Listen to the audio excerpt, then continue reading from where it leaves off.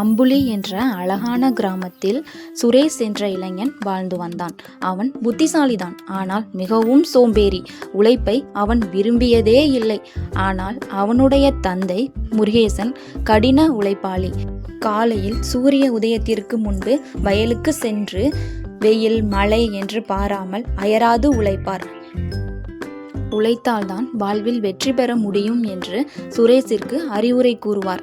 ஆனால் சுரேஷ் அவர் கூறுவதை கவனிக்காமல் எப்போதும் உறங்கிக் கொண்டே இருப்பான்.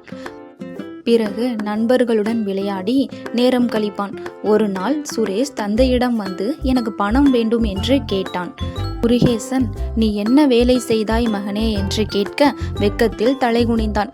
சில நாட்களில் கிராமத்தில் திருவிழா வந்தது. சுரேஷ் புதிய ஆடை போட ஆசைப்பட்டான்.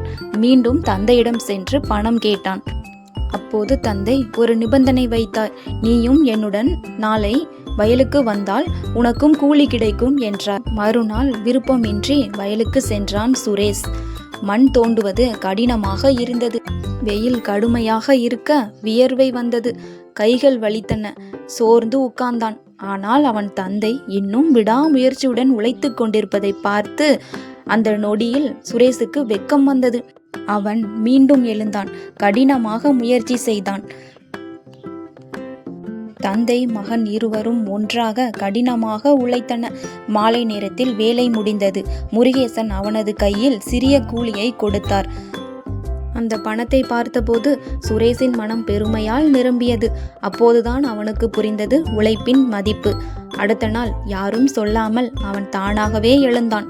வயலுக்கு சென்றான். முயற்சியுடன் உழைத்தான். நாட்கள் கடந்து சென்றன. சோம்பேறித்தனம் மறைந்தது. உழைப்பே அவன் அடையாளமானது.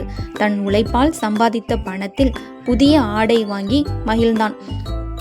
இப்போது புரிகிறது அப்பா, உழைப்பின்றி ஊதியமில்லை என்று அவன் மரியாதையுடன் சொன்னான். முருகேசன் பெருமையுடன் சிரித்தார். அந்த நாள் முதல் சுரேஷ் கடினமாக உழைத்தான். குடும்பத்தை உயர்த்தினான். வாழ்க்கையில் வெற்றி பெற்றான். இந்த கதையின் கருத்து, உழைப்பால் மட்டுமே உயர முடியும். முயற்சி செய்தால் பலன் கண்டிப்பாக கிடைக்கும். உழைப்பின்றி ஊதியமில்லை. இந்த வீடியோ உங்களுக்கு பிடிச்சிருந்தால் லைக் பண்ணுங்கள், ஷேர் பண்ணுங்கள், சப்ஸ்கிரைப் பண்ணுங்கள்.